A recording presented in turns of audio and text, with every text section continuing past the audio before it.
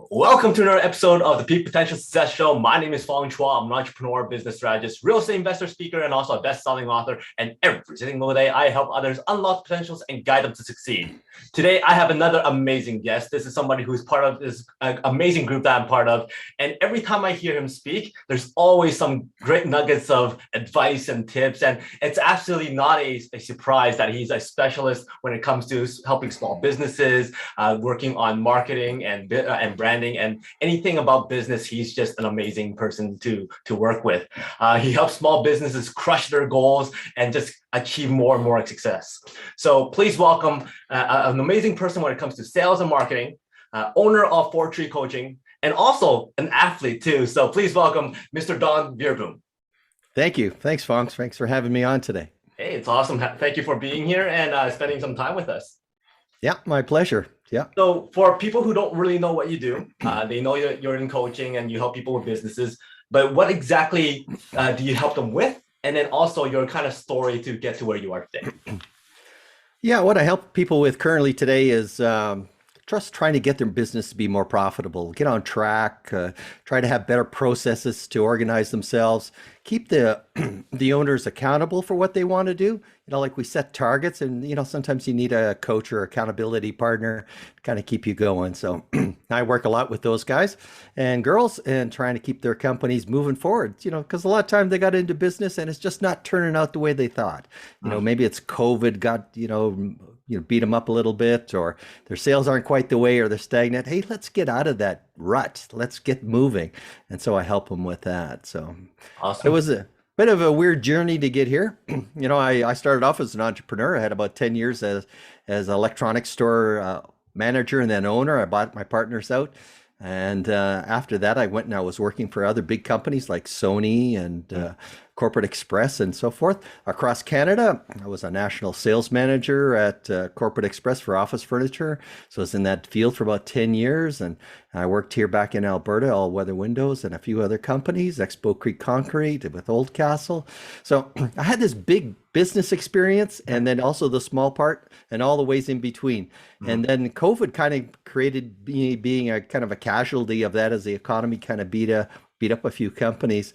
And so it put me out there thinking, what am I going to do now? Or, how do I help? How do I take what I've learned over the last 35 years and put it into something? And so a friend of mine suggested coaching because I was always helping her coach her business. So she says, you should help others. You should figure that out.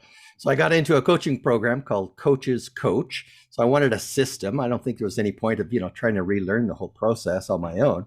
So I got a Coach's Coach program, got into that and took that over a year. Had a coach with me, actually 2 coaches with me that worked with me every week for last year and really developed my program, give me a lot more tools and put me into the business spot that I am today, which is helping quite a few businesses. Awesome. Well, you have a great wealth of knowledge working with a lot of big companies, as you just mentioned. What would you say is some of the most common things that these big companies face that allows them to become more successful? I think having great processes in place, like you talk about a CM tool, a CRM tool, a customer relationship management tool, a system, a program, be it one of the expensive ones or not so expensive ones. There's great ones there to track all your customers.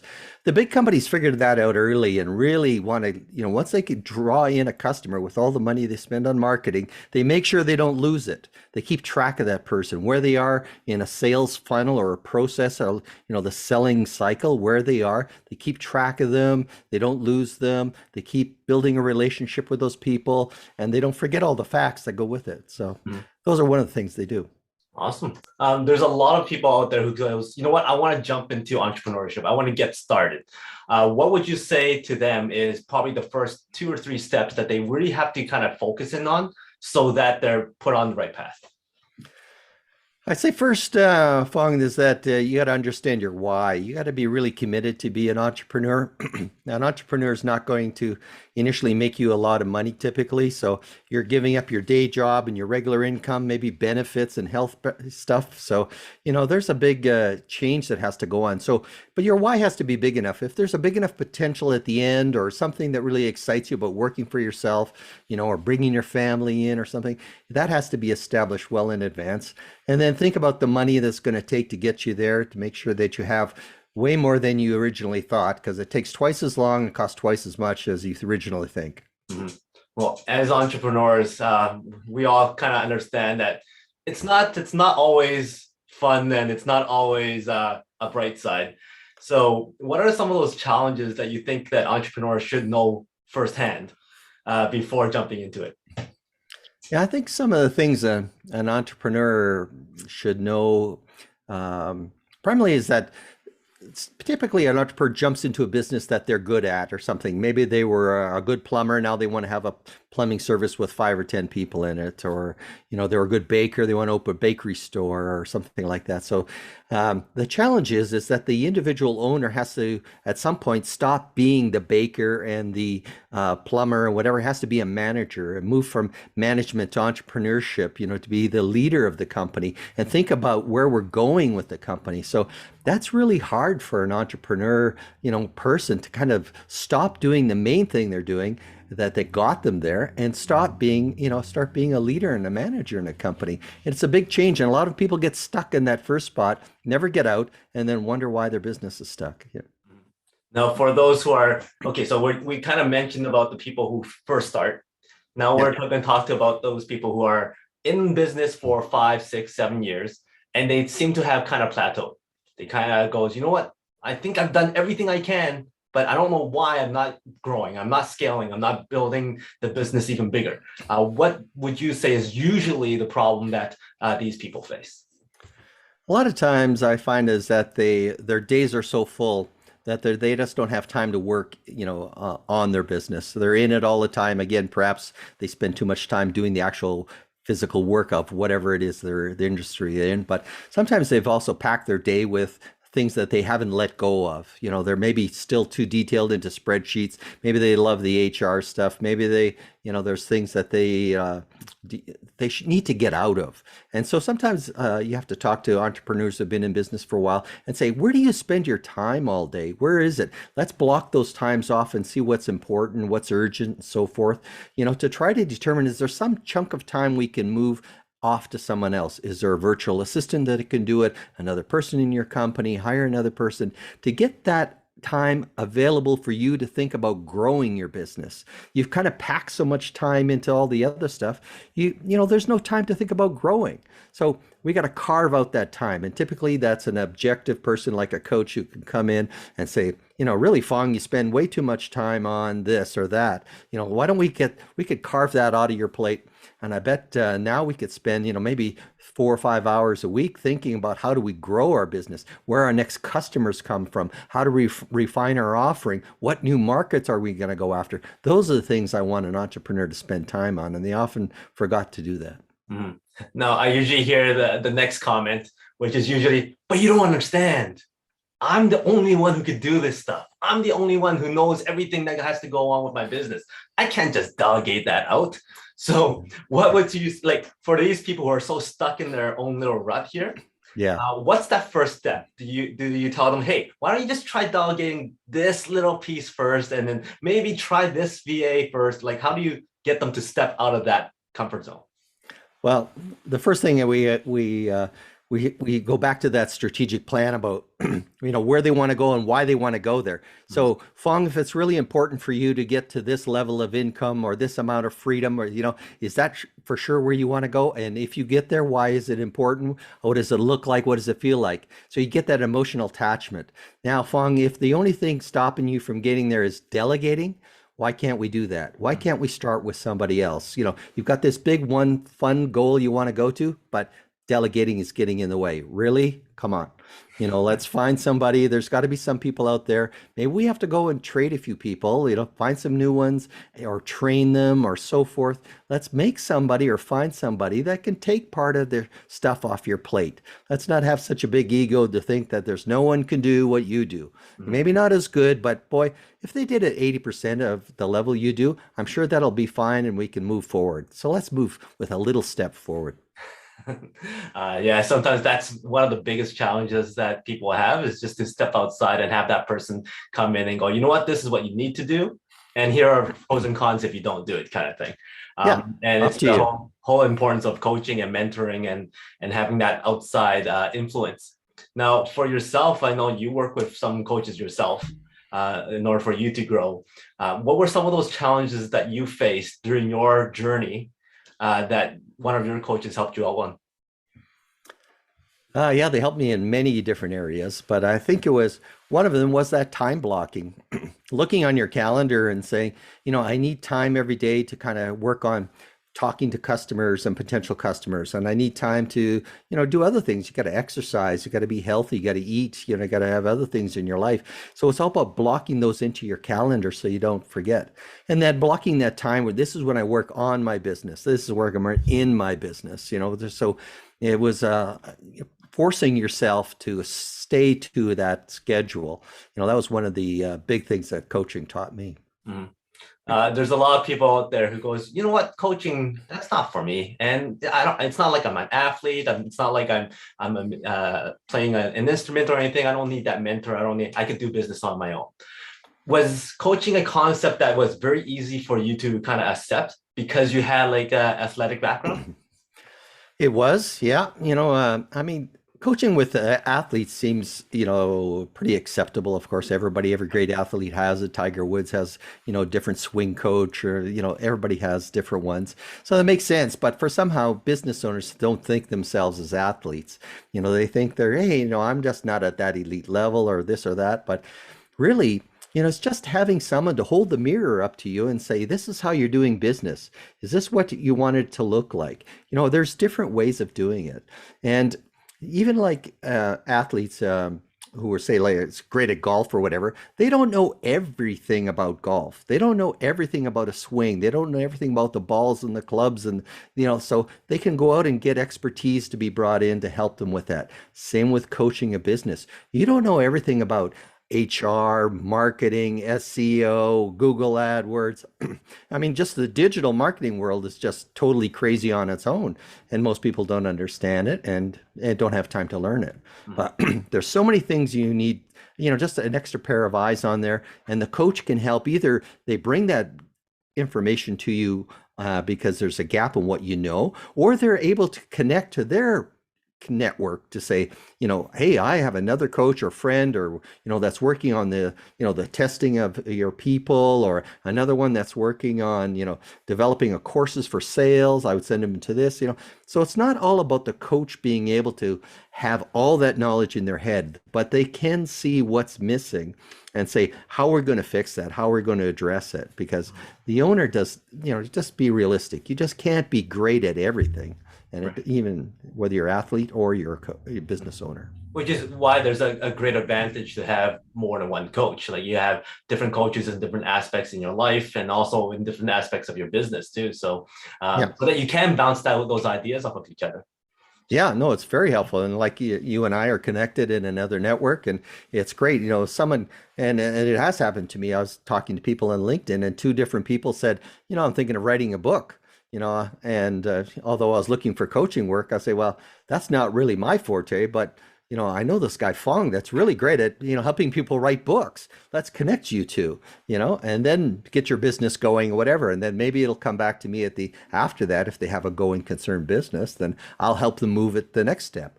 Or some people are kind of need a life coach. They just need to get their head straight and, balance their life and things. And, it's not really the practical business stuff they're ready for. They need a life coach. And really that's a whole category of its own. And, great to connect them. I have those people, I'm sure you do as well, where you could get some help for those. And, it's a network of things where we pull in. And I like to think as coaches, our responsibility is to stay connected to what's current out there, what's happening out there, do these talks and listen to them and advance our own knowledge so that we're adding more value all the time to our clients and the people that need help. Yeah, I actually believe that people need to understand that one, they're never alone. And two, there's always somebody out there who has some information that would help you or have a connection that would help you. So meeting as many people as you can, connecting with as many people as you can is always something that I highly recommend people do. Yeah. I'm going to take you back to your competition days. You competed in some of the, well, one of the most dangerous sports, at least I think is one of the most dangerous sports that you could compete in. What exactly is, for people who don't know, the natural luge? Luge. All right. So luge is that it's a sled, really. It's just like a German word for sled. Mhm. And it was a strange thing, when Calgary got the bid for the 1988 Olympics. And really, Canada had virtually no luge athletes. There was no one here to actually going to go. So we're going to have this event. We're going to pay $18 million to build a track or whatever it was. And there was no Canadians hardly to go. So they wanted to build participation up. So they started sending out information to all the sports councils in Alberta, particularly, and some across Canada, and said, hey, try to develop some athletes. We'll send you a sled, but it'll be what we call a natural sled, which means you'll slide on snow or ice on a flat surface. Doesn't need the high ice that the Olympics has. It's just a flat one. And you can practice on that and learn it. And so a friend of mine just dragged me into that kind of thing, said, Don, we're going to go try this luge thing. And I said, well, where are we going to do that? I lived in Lloydminster at the time, as flat as a prairie.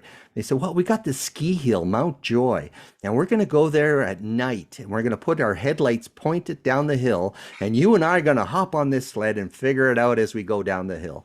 So like, that's how it started.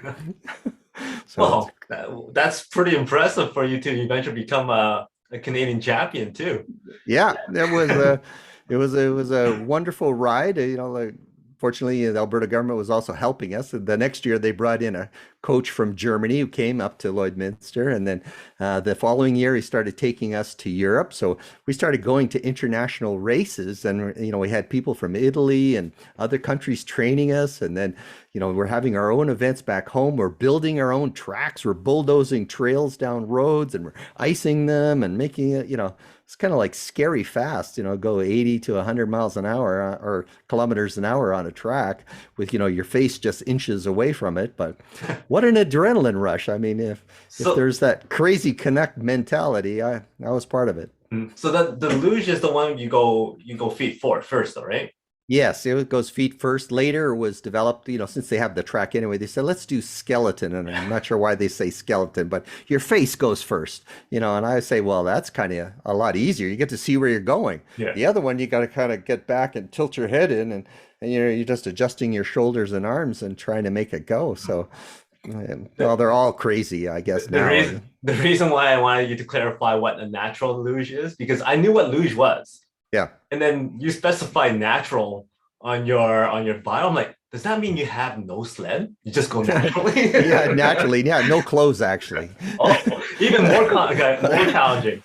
Oh, natural. Yeah. No, in before the advent of ammonia tracks and refrigeration processes, people would go from town to town in the mountains. They would have a road in the winter that would be just iced and snow, and so they would have these races on these things. And so when you go to Europe right now, there's a lot of natural tracks, but they put fences around them so you don't go over the cliff, down the mountain, and or hit trees, but they flood them and so forth. But it's a crazy version of what goes into the Olympics, and they've actually tried to make it so that natural luge and Olympic luge would actually have both separate sports, because they could be they're very dynamic, common sled in a way, but quite different as far as how they're driven. Mhm. Would you say that having that athletic kind of mindset gave you an advantage in business? For sure. Yeah, there's two things that did. One was athletic mindset teaches you about training, the physical training and so forth. But one of the very important things about sports at high levels and so forth is the mental training. Like, you couldn't be on that track doing 100 runs a day. You had to walk the track up and down and memorize it in your head, and then you're doing it in your head. So you had to visualize where you wanted to go, how fast you went, how the different curves would go.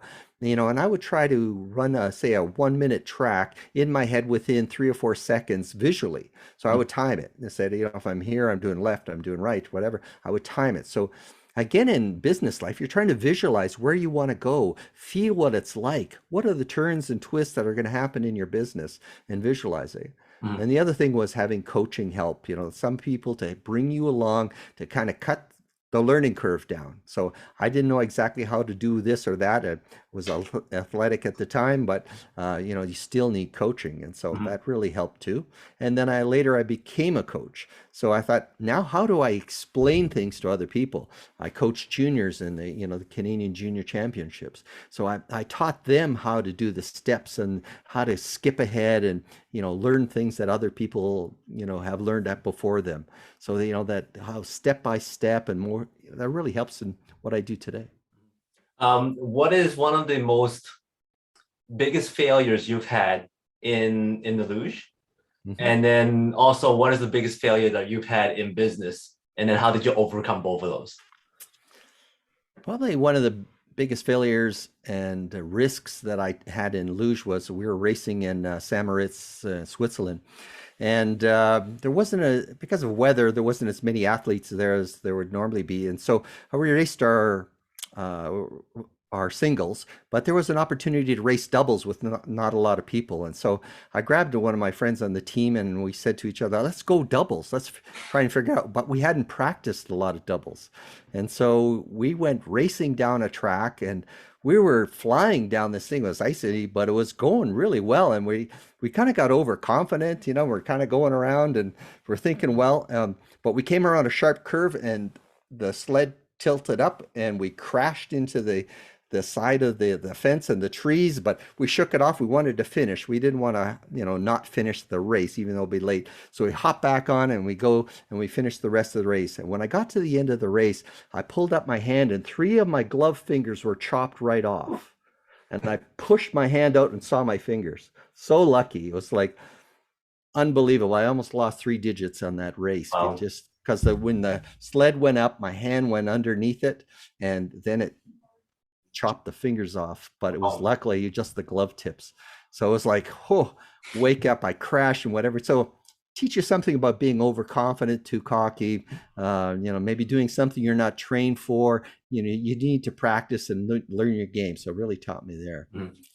And business wise, I guess one of the biggest challenges was um, I try to create. I was getting a little bored in Lloydminster when I was working there, so some buddies of mine had a neat idea for the oil industry to try and speed up a pump jack twice as fast, and produce more oil.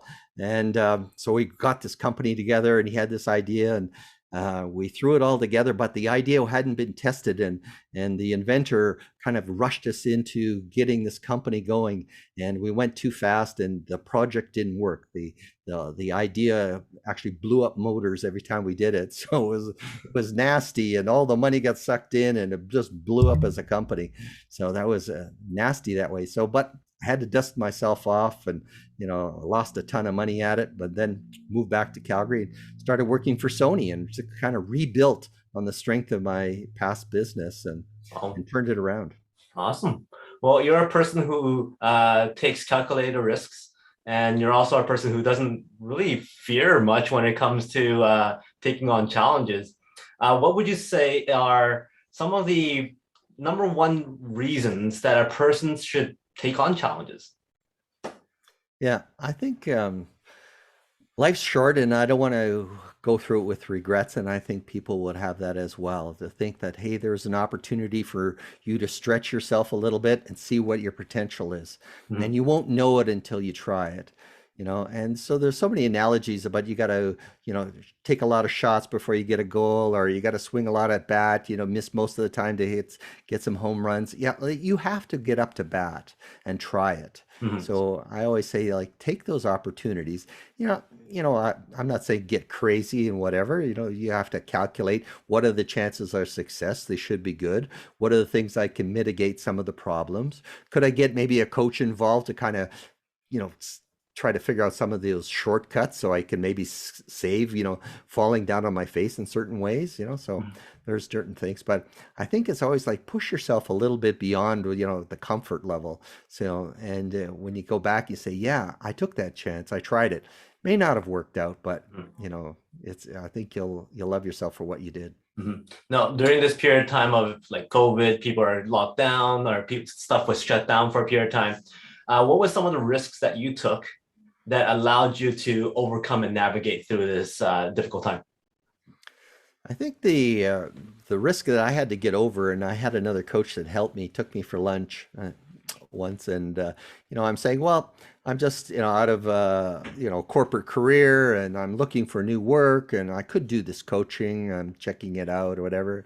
And what the coach had that tell me says, you can't have two masters. You can't have a plan B. He Mhm. says you have to focus on plan A. So if coaching is it, he said, then stop looking for another career. So like, wow, yeah. And if you're going to stay in coaching, what's your BHAG, your big, hairy, audacious goal? And he's saying, it's like that commercial with the lottery, dream bigger, dream bigger. So I would say, well, I'm thinking of this or that. They go, dream bigger, dream bigger. It's like, okay, it could be this, could be this, could be this. Yeah, that's it. And focus on plan A, which is be a coach. Right. Just dedicate yourself to that. And so it was risky. The traditional thing for the last 25 years was work for somebody else. Now it's like, stop working for someone else, work for Don, and use what your talents have been given to you, and apply them to other people. Mhm. Another thing that I think is very vital for business success is building relationships. And you're a person who's built a lot of great relationships within business, but also I'm sure like when you had to compete all over the world and against different people from all the different countries, you maintain those relationships too, even if there's a language barrier. Yeah. So what would you say are some of the most key things that people need to think about when building relationships that could last like decades? Yeah, I think not prejudging ahead of time about who's going to be maybe a great connection and not connection. It's like I reach out to a lot of people on LinkedIn just to kind of, meet other business owners and so forth. I mean, the chances of meeting someone that wants coaching, whatever, is probably say 1 in 100, 1 in 500. So the rest of the conversations are just about reaching out to see other people and what they do. And it's so interesting to talk to other people and learn. I've learned so much since being in the coaching world and reaching out. But all through my life, I got a couple thousand people on LinkedIn that I stay connected with. It's a great tool to kind of keep your eyes on what's going on. Oh, your birthday's coming up. Hey, Bruce, have a great birthday today, or glad to see you got promoted, or man, 14 years in your as an anniversary. Awesome. So the tools we have now help us stay connected with these people. But yeah, no, there's just interesting, some of the lives of people that crossed our paths. I have a friend in New Zealand, that's into coaching luge there. And it's just interesting to watch what's going on. And they're so far away, but yet, we came together for, some time in Tokyo before the Olympics there. And, that just bonded us together. And now we just keep an eye on what's going on in each other's lives. Awesome. I like how you say that every now and then you go, oh, happy birthday or congratulations to this. What you did not say is go, hey, I noticed you on this. Hey, did you want to come and join my webinar or something like that?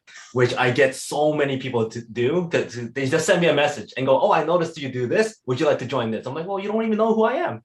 Yeah, you Yeah. gotta start building that relationship, right? So I highly appreciate what you said there because it's very, very important for people to actually understand that you can't just go out and go, hey, you want to buy this? Hey, you want to buy that? Yeah. Well, it's like, try to, when you're dating a girl before your wife or something, you just can't go up, hey, my name is Don, would like to get married. It's like, no, I don't know you yet. It's like, we gotta go on some dates and see what's on. And I think if you go, when you're connecting with people, if you just go with the understanding that they have some value and interesting stories to tell, just to hear that is of value. If by chance there's some future that takes us into a business relationship, wonderful, that's great. But there's just so much I can learn, and maybe I could use you to connect to somebody later that needs your service or your kind of skills, or I just adding to my repertoire, and I think it adds value to what I do. So just talk to people. Awesome. If you were on the world stage and you get to share one message for everybody to remember Don as or for, what would that message be? Don't give up. Stay there. And I had I don't know if we got time for a little anecdote story of Yeah, for luge again. sure. So I'm at the Canadian Championships, and the timing system is going down. Something was wrong with the electronic stuff. So I'm pushing off the handles, 3, 2, 1, and I take off down the right, go down the run, and I hear, Don, you got a penalty.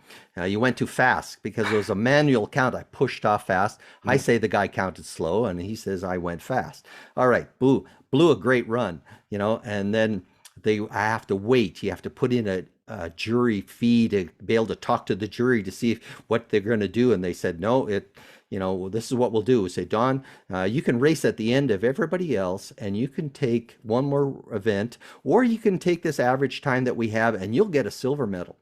You can be the men's silver medal champion at the men's event here. And I said, I didn't come here for the silver medal. I came for the gold medal. I want to win the gold medal. He said, but the track's going to be kind of soft. All these other athletes are going to go on it. You're going to be risking. You could end up in 5th or 6th place. I said, hey, I'm here for the gold medal. So I went up to the top again, still manual timing, 3, 2, 1, off I go. Only this time I'm probably half a second delayed because I didn't want to cross that barrier too fast. And then I'm sloshing down the track and I'm going as fast as I can. And the ice is a little sticky and I'm having to turn a little harder here and there. I get through the thing, still have a great time, win the gold medal. So awesome. Wow.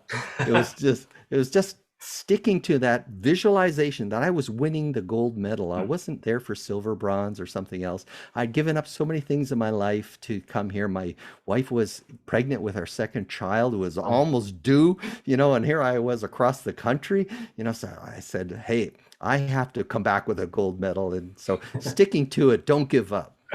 Awesome. What gives you that adrenaline rush right now? The adrenaline rush right now is not that kind of crazy stuff. One, I like to keep my body the way it is, so I don't like to bang it up anymore. So what gives me a rush now is like these conversations with my clients when we review where have we gone. And I just did this actually earlier today with a client. I said, it's been about a year. Let's look back at what we wrote a year ago about where your business was. You were worried about your staff leaving because there wasn't enough work. You're worried about how many things you're going to build this year, and it isn't looking very bleak. And now, a year from now, you've got a very busy 2022 planned. You're busy for the rest of the fall. You expanded your office. All your people are going to be very busy. So it's turned around so much. Like that jazzes me up. It's like, wow, did we turn that around? And I just love to hear those success stories about the little bit of coaching that we give you, and the owner really getting more involved and taking your advice and trying new things, and it works. They have a significant change in their business. It's just, that's what pumps me up now. Awesome. Well, thank you very much for all your great tips and all your stories. But before I let you go, I got 5 quick questions for you. Yeah, just sure. to get to know you a little bit more and have some fun. Okay. So my first question for you is, you're stranded on a desert island and you get to have one food for the rest of your life, no consequence. What food would that be? A Hawaiian pizza. Nice. Covers all the food bases, right? Food groups. Yeah, it's awesome. Hollywood calls and says, Don, we're going to do a biopic on you. Who do you want to play you? Ryan Reynolds. Awesome. Ryan Reynolds shows up to your doorstep and goes, hey, I got casted for the part, but I need to know more about you. So let's hang out. But first, I'm hungry. So what's that special dish that you could prepare for? Come over to my house. We're going to barbecue some thick steaks. Nicely done. Do you have a special hidden talent that nobody really knows about? Hidden talent. Yes, I'm quite a fan of Tai Chi. Oh, and wow. I was a volunteer Tai Chi instructor for many years. After 10 years of martial arts, I went into the softer side, and I love doing Tai Chi to kind of relax and stretch. Awesome. Very nicely done. And then finally, my last question is, what is success like? Give me a number between 1 to 4. I think 4 is the number today. 1, 2, 3, 4. So how is success like the solar system? Success is like the solar system. Yes. Well, the solar system is made of all kinds of planets circulating around the sun. And there's different things happening at different times, and sometimes when the planets line up, they pull a little differently. And this is what happens in business. There's all kinds of things happening around you, different sales, different people, different customers. Sometimes they line up, and that's when you're striking, and that's when you're maximizing your profits. So it's very similar to the solar system. Awesome. Nicely done. So that is how success is like a solar system. Thank you very much, Don. If anybody wants to get in touch with you, learn more about what you do, or ask you for advice or your services, what's the best way? Best way, just go to fourtreecoaching.ca or check myself out on the LinkedIn profile.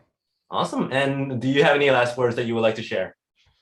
Um, hey, I'm just excited to say that I just added online courses to my portfolio. So I got 30 management leadership courses. So you can Awesome. go to Nice. fourtreecoaching.store and see those. And it's just part of the portfolio. I was just excited after a long time getting those there. But hey, I'd love to have a chat with people. I'll talk to you for about an hour just for free, just to understand your business and give you some free advice. So if you're a small business owner and you're maybe stuck, or maybe you got so many sales you don't know what to do, there's also a challenge. I love those sales kind of problems too. Yeah. But love to chat with you. You can just book an appointment on my calendar on the website. It'll be great to talk to you. Awesome. Thank you very much. So everybody else, make sure you check out his new courses. Make sure you call him up because he's going to give you some great advice on your business and how to grow and or how to get unstuck. So once again, thank you very much for your time, your stories, and your journey. It's been absolutely amazing, and I had a great time. So thank you again. He is Don. My name is Fong Chuan. Until next time, today is the day to unlock your peak potential. We'll see you later.